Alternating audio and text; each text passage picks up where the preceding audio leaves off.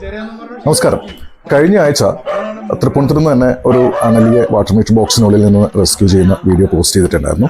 ഇത് ഇന്ന് തൃപ്പൂണിത്തുറയിൽ തന്നെ ഒരു വീട്ടിൽ വാട്ടർ മീറ്റർ ബോക്സിനുള്ളിലാണ്.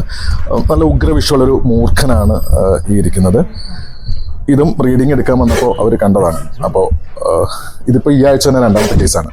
ഞാൻ മാത്രമല്ല, എൻ്റെ കൂടെയുള്ള സർപ്പ വളണ്ടിയർ സ്നേക് ഹണ്ടർ മല്ലുവും ഇതുപോലെ തന്നെ ഒരു ചേനനെ 2 ദിവസം മുമ്പ് വാട്ടർ മീറ്റർ ബോക്സിനുള്ളിൽ നിന്ന് റെസ്ക്യൂ ചെയ്യുന്ന വീഡിയോ ഇട്ടിട്ടുണ്ടായിരുന്നു. പറഞ്ഞു വന്നത് ചൂട് കൂടുന്നുണ്ട് പുറത്ത്. അപ്പോൾ അതിനനുസരിച്ച് ഇത്തരം നനവുള്ള അല്ലെങ്കിൽ ഡാമ്പായിട്ടുള്ള ഹ്യൂമിഡിറ്റി കൂടുതലുള്ള സ്ഥലങ്ങളിലൊക്കെ പാമ്പുകൾ കയറിയിരിക്കാനുള്ള സാധ്യത വളരെ വളരെ കൂടുതലാണ്. ഇത്തരം സ്ഥലങ്ങളിൽ നമ്മൾ കൈയിടുന്നതിന് മുമ്പ് അല്ലെങ്കിൽ കയറുന്നതിന് മുമ്പ് ഒരു വടി, ടോർച്ചൊക്കെ കയ്യിൽ കരുതുക. വടി വെച്ച് മാത്രം സെർച്ച് ചെയ്യാനുള്ള, അല്ലെങ്കിൽ നമ്മൾ ചെയ്യുമ്പോഴൊക്കെ വടി വെച്ച് മാത്രം സെർച്ച് ചെയ്യുക, കൈ നേരിട്ടിടാതെ.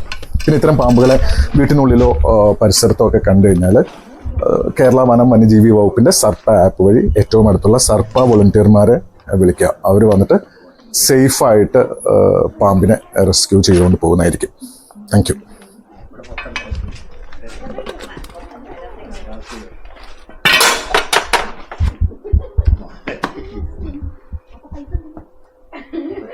Karo.